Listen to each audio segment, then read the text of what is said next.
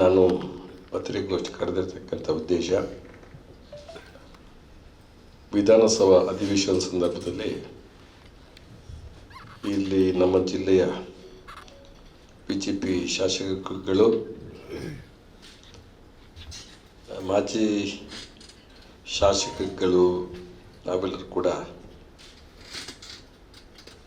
ಈ ಮುಖ್ಯವಾಗಿ ಅಭಿವೃದ್ಧಿ ಕೆಲಸಕ್ಕೆ ನೇರವಾಗಿ ದುಡ್ಡು ಕೊಡ್ತಾರೆ ಅನ್ನುವಂಥ ಮಾತು ಬಂದು ಒಂದು ಹಕ್ಕುಚ್ಯುತಿ ಮಂಡನೆ ಮಾಡ್ತೀವಿ ಅಂತೇಳಿ ಒಂದು ಚರ್ಚೆ ನಡೆಯಿತು. ಯಾರೇ ಮಾಜಿ ಶಾಸಕರಿರ್ಬೋದು, ನಾನಿರ್ಬೋದು, ನಾವೊಂದು ಸಾಮಾಜಿಕ ಬದುಕಿನಲ್ಲಿ ಇದ್ದುಕೊಂಡು ಜಿಲ್ಲಾ ಉಸ್ತುವಾರಿ ಮಂತ್ರಿಗಳ ಮೂಲಕ ನಾವು ಕೆಲವು ಅಭಿವೃದ್ಧಿ ಕಾರ್ಯವನ್ನು ಕೇಳೋದು ವಾಡಿಕೆ. ಅದು ಹಿಂದಿನಿಂದಲೂ ಬಂದಿರ್ತಕ್ಕ. ನಾನು ಸಹ 2 ಬಾರಿ ಜಿಲ್ಲಾ ಉಸ್ತುವಾರಿ ಸಚಿವರಾಗಿ ವಿರೋಧ ಪಕ್ಷದಲ್ಲಿ ಇದ್ದುಕೊಂಡು ಆಡಳಿತ ಪಕ್ಷ ಇದ್ದುಕೊಂಡು ಅನುಭವ ನನಗಿದೆ.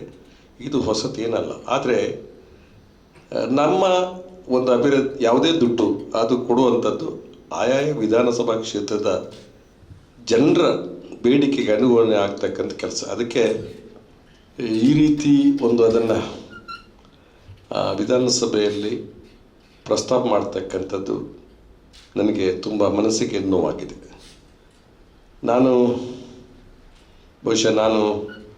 ಬೇರೆ ಬೇರೆ ಕೆಲವು ಸಾರಿ ಜಿಲ್ಲೆಯ ಬೇರೆ ಬೇರೆ ವಿಧಾನಸಭಾ ಕ್ಷೇತ್ರದಲ್ಲಿ ಅಲ್ಲಿಯ ಸಾಮಾಜಿಕ ಕ್ಷೇತ್ರದಲ್ಲಿ ಕೆಲಸ ಮಾಡ್ತಕ್ಕಂಥ ಬೇಡಿಕೆಯನ್ನು ಮನಸ್ಸಲ್ಲಿಟ್ಟುಕೊಂಡು ನಾವು ಕೆಲಸವನ್ನು ಕೊಟ್ಟಿರ್ತಕ್ಕಂಥ ಹಿಂದೆ ಇದೆ.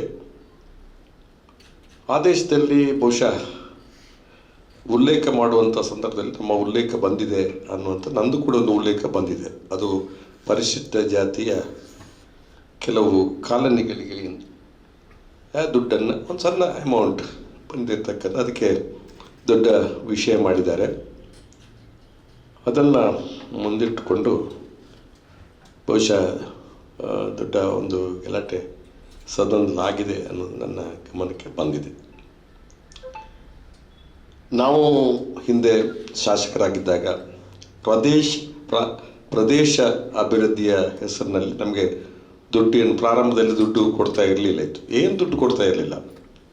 ಈಗ ಪ್ರಾದೇಶಿಕ ಅಭಿವೃದ್ಧಿಯ ದೃಷ್ಟಿಯಲ್ಲಿ ಶಾಸಕರಿಗೆ ಅನುದಾನ ಬರ್ತದೆ.